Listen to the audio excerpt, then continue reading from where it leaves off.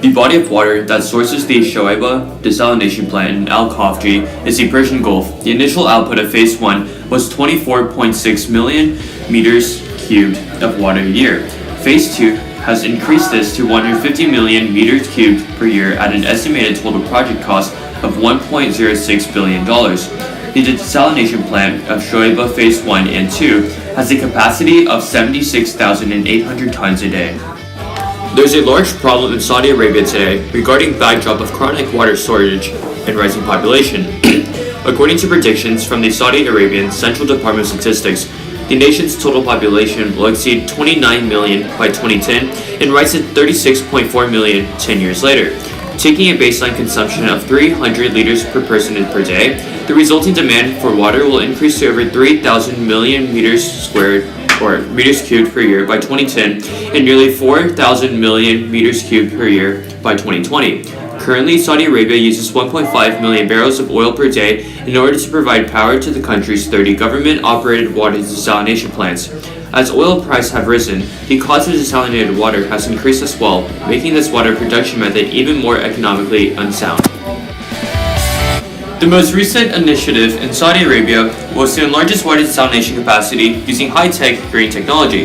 This project constitutes a key part of the major ongoing effort to decrease oil use and water production in this oil-rich nation. The alternative to using oil as the energy source, they have decided to switch to solar-powered energy sources. It is more beneficial environmentally and economically. Saudi Arabia's National Research Agency, the King Abdulaziz City for Science and Technology, collaborated with IBM to create new chemicals for photovoltaic cells and for heating cooling processes that will allow the new plant in Al Khafji to utilize triple the amount of solar power and filter water 25 to 50% faster than to the systems currently in use. Building new solar power water desalination plants is very smart because it stops the bleeding of oil from the natural reserves while enabling the country to keep up with the needs of a growing population and increasing urbanization. With enough water production, Saudi Arabia will not have to be dependent on other countries for food imports. These are many considerations that we have to make when analyzing with a cost-benefit analysis with all decisions we make in the real world. This is the application to environmental science and how we interact with different perspectives within our society today. Other options to sustainably use Saudi Arabia's water supply include rainwater harvesting, xeriscaping, and lowering the demand.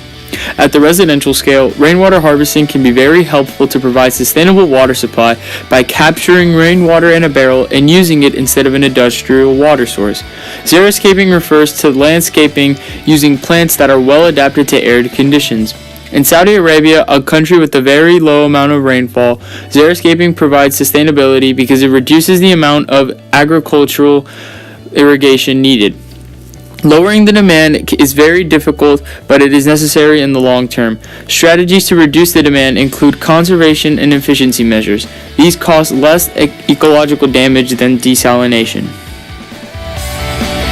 Saudi Arabia is estimated to allocate $24.3 billion a year to expand its national desalination project and expand water pipelines to provide every household with water all over the country. As of today, Saudi Arabia produces 60% of the world's total supply of desalinated water. Other countries neighboring Saudi Arabia, such as the United Arab Emirates, have also started to invest in desalination projects. In Saudi Arabia, over half of the country's drinking water is produced by desalination plants. It mimics the water cycle through reverse osmosis, evaporating allotments of ocean water with heat and condensing the vapor. However, desalination can have a very severe impact on the environment. It requires a large amount of fossil fuel input and generates concentrated salty waste.